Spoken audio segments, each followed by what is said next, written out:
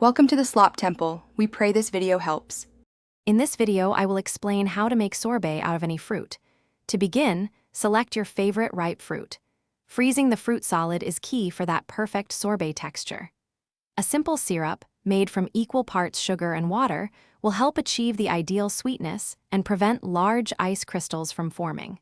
This foundational step ensures a smooth, delicious result every time. Once you've chosen your fruit, wash it thoroughly and chop it into 1-inch pieces. This size helps it freeze evenly and blend smoothly.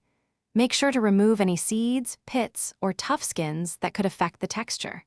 Then, spread the prepared fruit in a single layer on a baking sheet and freeze it solid for at least 4 hours or until completely firm. Now for the fun part, blending. Transfer your frozen fruit to a high-speed blender or food processor. Add about 1/4 to 1/2 cup of simple syrup, depending on your fruit sweetness. A tablespoon or 2 of fresh lemon juice can really brighten the flavors.